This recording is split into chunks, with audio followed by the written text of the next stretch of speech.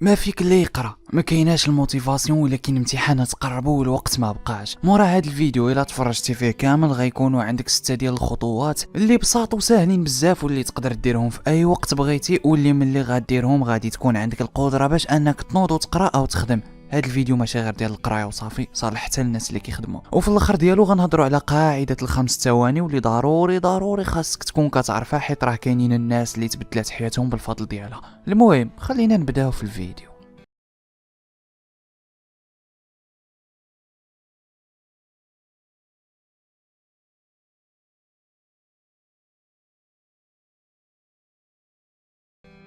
وغير باش نبقاو متفاهمين في واحد الحاجه، هاد الطرق اللي غنقولهم ماشي طويله الامد، يعني ماشي غير غديرهم صافي غتولي قادر تبقى تقرا ديما. لا، يعني الا كانت عندك قرايه اليوم وما عندكش الموتيفاسيون باش تنوض تقرا، فتقدر دير هاد الخطوات وغيعاونوك باش تنوض تقرا. وإلا بغيتي تقرا غدا عاود خاصك ديرهم غدا، يعني كل مره ما غتكونش عندك الكانه ديال القرايه خاصك تعاود ديرهم. ولكن لافونتاج اللي عندهم هو انهم ساهلين، يعني كديرهم في مده قصيره وبكل سهوله. المهم نبداو باول خطوه وهي خرج تمشى 10 دقائق بركه. طبعا ما كنقولكش خرج وبدا تجري في الغابه ولا شي حاجه فحال هكا، ولكن خرج سير الحانوت مثلا، وحتى لا ما صلحلكش تخرج طلع سيدي غير السطح وبقى الدور فيه. وواخا هادي غتبان لك فحال الا غتضيع فيها الوقت، حيت اصلا ملي كتكون تابعك القرايه ولا الخدمه فانت غالبا ما كتبغيش تضيع وقتك فحال هاد الشيء. ولكن هاد المشيه ل5 دقائق ولا 10 دقائق راه كتعطيك وقت اكثر ما كتاخذ منك، وكاينين بزاف ديال الادله علميه على هاد الشيء، وهذه مذكوره في هاد الكتاب وكيهضر على هاد القضيه بالتفصيل. كما انه راه معروف باللي الفيتامين دي اللي كتاخذو من الشمس كيعاون وكيفيق شويه. وتقدر حتى دير شي رياضه، يعني ماشي ضروري غير المشي وصافي.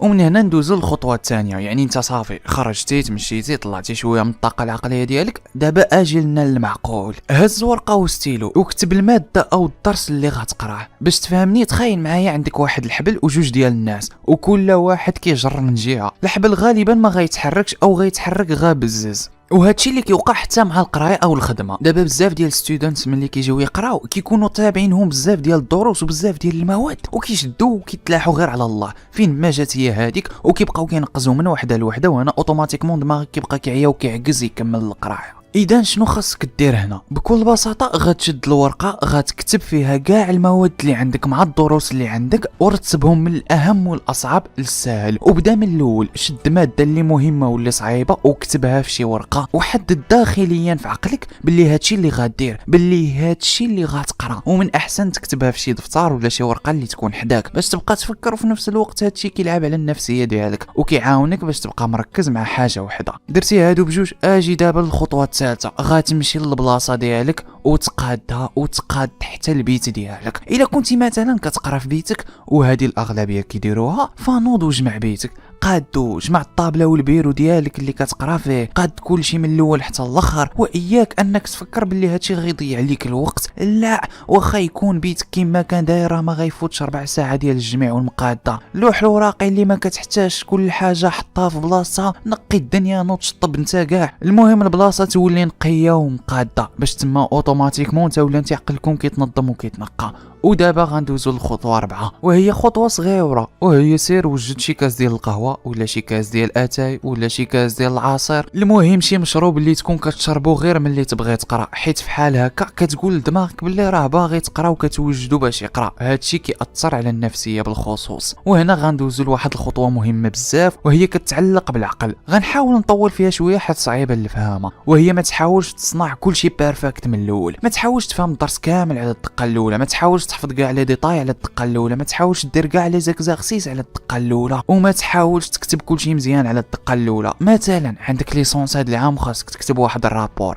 فما تحاولش على الدخله تكتب كلشي مقعد. في الاول غا عمر وغا زيد لقدام، حتى من بعد عاد رجع وبدا تصايب وتصحح فيه. ولا مثلا خاصك تحفظ شي درس ديال التاريخ، فما تنوضش وتحاول على الدخله تحفظ كلشي. في الاول بقى غا تحفظ، واخا ما تحفظش مزيان وتكون كدير اخطاء فغا زيد كمل الدرس. وحتى تكمل الدرس كامل عاد رجع وشوف داكشي اللي ما حفظتيش مزيان وبقى تعاودو وتزيد ديطايي فيه. كنتي كتقرا مثلا الماط فما تحاولش عاود ليكزارسيس الاول اللي غديرو وتفهمو مزيان وديرو كامل صحيح. ما فهمتيش شي حاجه شوف التصحيح وزيد التمرين اللي موراه. في الاول دخل على اساس انك باغي غير تشكل واحد الفكره في راسك على الدرس حتى تسالي عاد رجع من بعد وبدا تحاول تفهم كلشي وتقاد كلشي حيت تما كتكون صافي دخلتي في الزون ديال القرايه وعقلك كيولي كيفهم دغيا ماشي بحال انت باقا عاد دزت 10 دقائق وباغي تفهم كلشي. المهم خلاصه في الاول دخلت تقرا وانت عوال تفهم داكشي بسيط والبازيك وما تركش وما تبرزطش دماغك بداكشي صعيب.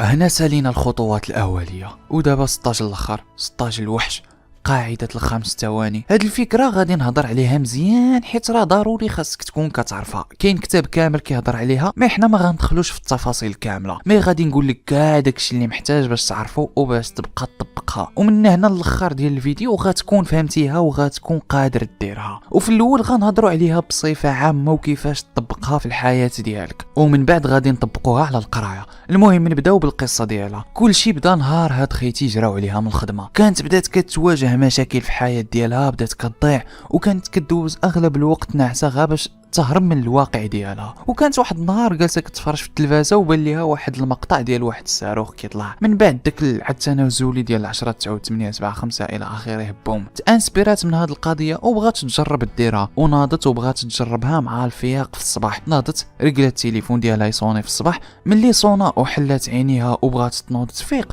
ما قدراتش وعكزات في حال ديما. وهنا قالت في نفسها 5 4 3 2 1 وناضت بحال شي صاروخ. هنا جات الفكره ديال قاعده الخمس ثواني وبدات كتطبق هذه القاعده في حياتها وتما تبدلات حياتها 180 درجه ولات مليونيره بالفضل ديالها. ومن بعد ناضت وكتبات هذا الكتاب وبدات كدير محاضرات عليها ونفعت بزاف ديال الناس في حالها. هذه القاعده شنو كتقول لك بلي الا بغيتي دير شي حاجه ولكن ما فيك اللي ديرها وعكزتي ديرها حسب حتى الخمسه بالعد العكسي وتكون 5 ثواني يعني فحال هكا 5 4 3 2 1 نوض وسير دير ديك الحاجه. مثلا باغي تخرج تجري ولكن ما فيك اللي يجري قول 5 4 3 2 1 وسير بلا ما تفكر ولبس حوايج ديال الرياضه. لبستي صافي حسب 5 4 3 2 1 خرج من الدار. باقي ما فيك اللي يجري يلا عاود زيد 5 4 3 2 1 وبدا تجري. مثال خور باغي تصلي وما فيك اللي يصلي حسب 5 4 3 2 1 وسير توضا.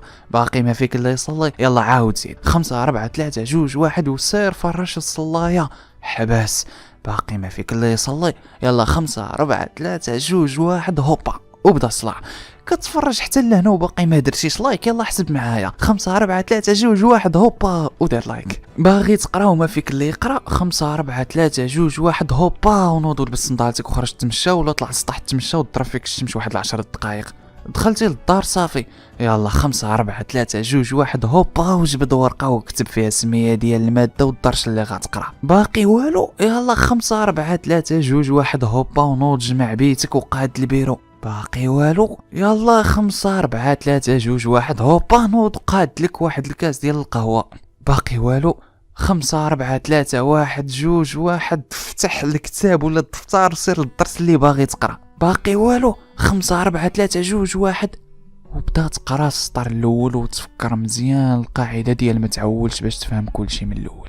هذه هي قاعده الخمس ثواني باختصار سهله وبسيطه ولكن تيقني عندها مفعول كبير وغير جربها وغتلاحظ الفرق. وهنا ضروري خاصني نقول واحد القضيه باللي واخا نطيروا حتى للسما وننزلوا كيبقى هاد الخطوات كاملين هو واحد الحاجه نفسيه اكثر ما هي واقعيه والنجاح ديالها متعلق بك انت وبطريقه التفكير ديالك وانت كدير هاد الخطوات. وانت كتحسب ب5 ثواني خاصك تكون داير في بالك بلي هادشي راه غيصدق حيت راه هادشي حقيقي وكيصدق سو ماشي تنوض ديرهم وانت عوال عليهم ما يصدقوش حيت ما اوتوماتيكمون ما غيصدقوش. وهاد القاعده خاصك تطبقها في حياتك كامله حيت في الاخر انت هو اللي غتخسر ولا انت اللي هو اللي غتربح. امن بهاد الطرق حيت راه مثبتين علميا وفي نفس الوقت مثبتين تجريبيا. وهكا سالينا الفيديو انستغرام هو هنا باقي كتفرج حتى لهنا فشكرا بزاف حيت راه عليك اللي داير هذا الفيلم كامل. كنتي باقي ما دايرش سبسكرايب ما تنساش ديرها وشي كومونتير زوين وشي لايك زوينه وسالينا الفيديو. يلا 5 4 3 2 1 هوبا تهلاو.